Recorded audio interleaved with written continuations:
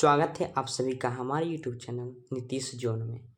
आप सब जानते हैं कि इस चैनल पे आप सभी का क्लास 10वीं का रेप्लिका सीरीज चलाया गया था, जिसमें आप सभी को चैप्टर वाइज सारे ऑब्जेक्टिव प्रश्न को हल कराया जाता है। तो आज हम चलते हैं विष के दांत के कुछ ऑब्जेक्टिव प्रश्न को देखने।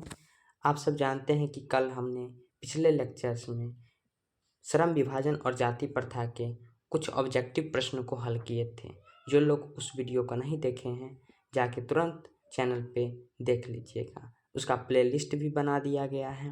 आज हम चलते हैं विष के दांत के कुछ प्रश्न को देखने। तो पहला प्रश्न कहता है विष के दांत में पहला प्रश्न है, विष के दांत कहानी के कहानीकार कौन है? विष के दांत कहानी के कहानीकार जो हैं वह नलिनी बिलोचन शर्मा जी हैं। इसका जो डी ऑप्शन होगा वह करेक्ट हो जाएगा। अब हम चलते हैं अगले प्रश्न की ओर। अगला प्रश्न कहता है गिरधर लाल कौन है? तो गिरधर लाल जो है वह मदन के पिता हैं।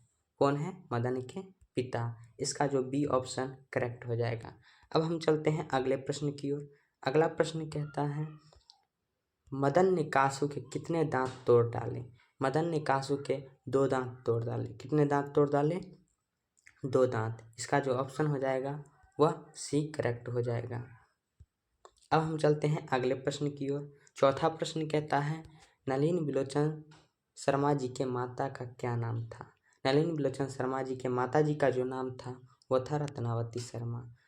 क्या था? रत्नावती शर्मा। सी ऑप्शन इसका राइट हो जाएगा। अब हम चलते हैं, पांचवा प्रश्न कहता है हमारे पास नलिनी बिलोचन शर्मा की कहानियों में किसके तत्व समग्रता से उभर कर आए? तो ऑप्शन जो दिए गए हैं हमारे पास, ऑप्शन है ए ऑप्शन राजनीतिकता का, मनोवैज्ञानिकता का, सी ऑप्शन है सामाजिकता का और डी ऑप्शन है इनमें से सभी। इसका जो करेक्ट आंसर हो जाएगा वह मनोवैज्ञानिकता का। बी ऑप्शन करेक्ट हो जाएगा। अब हम चलते हैं अगले प्रश्न, छठे प्रश्न की ओर। छठा प्रश्न कहता है मोटर कार को किससे खतरा हो सकता था? हमारे पास जो ऑप्शन दिए गए हैं, ए ऑप्शन है ड्राइवर से, बी ऑप्शन है मोटर कार से, सी ऑप्शन है खोखा से और डी ऑप्शन है इंजीनियर से। इसका जो करेक्ट आंसर हो जाएगा वह खोखा से। अब हम चलते हैं अगले प्रश्न की ओर। सातवां प्रश्न कहता है खोखा खोखी किस भाषा का शब्द है? खोखा खोखी किस भाषा का शब्द है? तो ये है बंगाली भाषा का। किस भाषा का? बंगाली भाषा का। सी ऑप्शन इसका राइट हो जाएगा। अब हम चलते हैं आठवें प्रश्न की ओर। आठवां प्रश्न कहता है ऐसे ही लड़के आगे चलकर चोर गुंडे डाकू बनते हैं। यह पंक्ति कहानी की किस पात्र ने कही थी? तो यह पंक्ति जो है कहानी के सेन साहब ने कही थी। किससे कही थी? तो गिरधर लाल से कही थी। इसका सी ऑप्शन सही हो जाएगा। अब हम चलते हैं 9वें प्रश्न की ओर। 9वां प्रश्न कहता है खोखा खोखी का अर्थ है। तो खोखा खोखी का जो अर्थ है वह बच्चा बच्ची अर्थ है। इसका जो ऑप्शन ए हो जाएगा वह करेक्ट हो जाएगा। अब हम चलते हैं 10वें प्रश्न की ओर। 10वां प्रश्न कहता है खोखा का नाम क्या था? खोखा का जो वास्तविक नाम था वह था कासू। क्या था? कासू। इसका जो सी ऑप्शन हो जाएगा वह सही हो जाएगा। अब हम चलते हैं 11वां प्रश्न की ओर। 11वां प्रश्न विष के दांत कहानी कैसी कहानी है? तो विष के दांत जो कहानी है वह है मनोवैज्ञानिक कहानी। क्या है? मनोवैज्ञानिक कहानी। डी ऑप्शन इसका राइट हो जाएगा। अब हम चलते हैं 12वें प्रश्न की ओर। 12वें प्रश्न कहता है सेन साहब अपने पुत्र को क्या बनाना चाहते थे? तो सेन साहब अपने पुत्र को बिजनेसमैन और इंजीनियर बनाना चाहते थे। इसका ए ऑप्शन सही हो जाएगा। अब हम चलते हैं अगले प्रश्न की ओर। 13वां प्रश्न कहता है मदन अक्सर किसके हाथों से पीटता था? तो मदन अक्सर जो था वो अपने पिताजी गिरधर लाल के हाथों से पिटाई खाता था। इसका डी ऑप्शन राइट हो जाएगा। अब हम चलते हैं 14वें प्रश्न की ओर। 14वां प्रश्न कहता है नलिनी बिलोचन शर्मा के पिता का क्या नाम था? तो नलिनी बिलोचन शर्मा जी के पिताजी का जो नाम था वह पंडित राम अवतार शर्मा था। क्या था? पंडित राम अवतार शर्मा। इसका ए राइट हो जाएगा।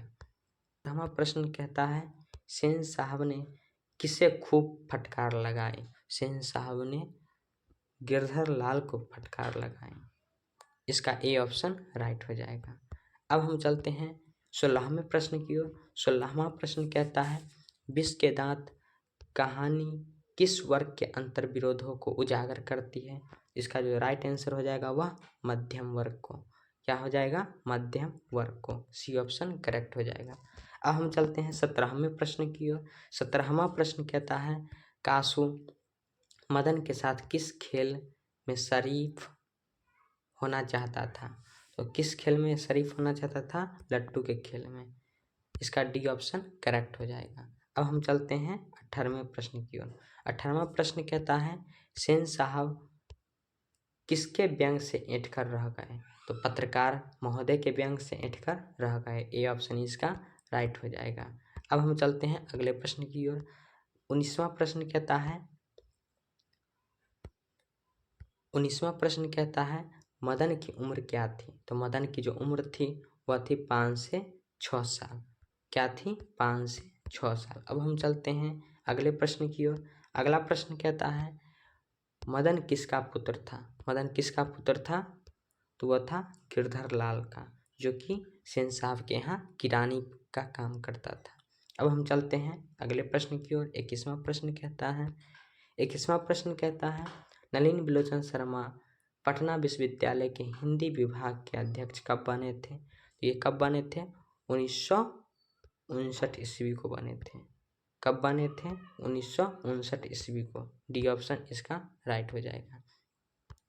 अगला प्रश्न कहता है नलिनी बिलोचन शर्मा जी का जन्म कब हुआ था। तो नलिनी बिलोचन शर्मा जी का जो जन्म हुआ था वह 18 फरवरी 1916 ईस्वी को हुआ था। बी ऑप्शन इसका सही हो जाएगा। अब हम चलते हैं अगले प्रश्न की ओर। 23वां प्रश्न कहता है नलिनी बिलोचन शर्मा जी की मृत्यु कब हुई थी। तो नलिनी बिलोचन शर्मा जी की जो मृत्यु हुई थी वह 12 सितंबर 1961 ईस्वी को हुई थी। कब हुई थी? 12 सितंबर 1961 ईस्वी को। अब हम चलते हैं 24वें प्रश्न की ओर। 24वां प्रश्न कहता है नलिनी बिलोचन शर्मा जी का जन्म कहाँ हुआ था। नलिनी बिलोचन शर्मा जी का जो जन्म हुआ था वह बदरघाट पटना में हुआ था। कहाँ हुआ था? बदरघाट पटना में। इसका सी ऑप्शन राइट हो जाएगा। अब हम चलते हैं 25वें प्रश्न की ओर। 25वां प्रश्न है दृष्टिकोण किसकी रचना है। दृष्टिकोण जो रचना है वह नलिनी बिलोचन शर्मा जी का है। अब हम चलते हैं 26वें प्रश्न की ओर। 26वां प्रश्न कहता है लड़कियां क्या हैं? कठपुतलियां हैं। किसे इस बात पर गर्व है। अगला प्रश्न कहता है 26वां प्रश्न लड़कियां क्या हैं? कठपुतलियां हैं। किसे इस बात पर गर्व है। तो इस बात पर जो गर्व है वह माता पिता को है। किसे है? माता पिता को। डी ऑप्शन इसका करेक्ट हो जाएगा। अब हम चलते हैं 27वां प्रश्न की ओर। 27वां प्रश्न कहता है कौवों की जामत में शामिल होने के लिए कौन ललक गया। कौवे की जामत में शामिल होने के लिए कौन ललक गया? हंस ललक गया था। इसका बी ऑप्शन करेक्ट हो जाएगा। अब हम चलते हैं अगले प्रश्न की ओर। अगला प्रश्न कहता है किसके अनुसार सेनों ने अपने सिद्धांतों को भी बदल लिया था।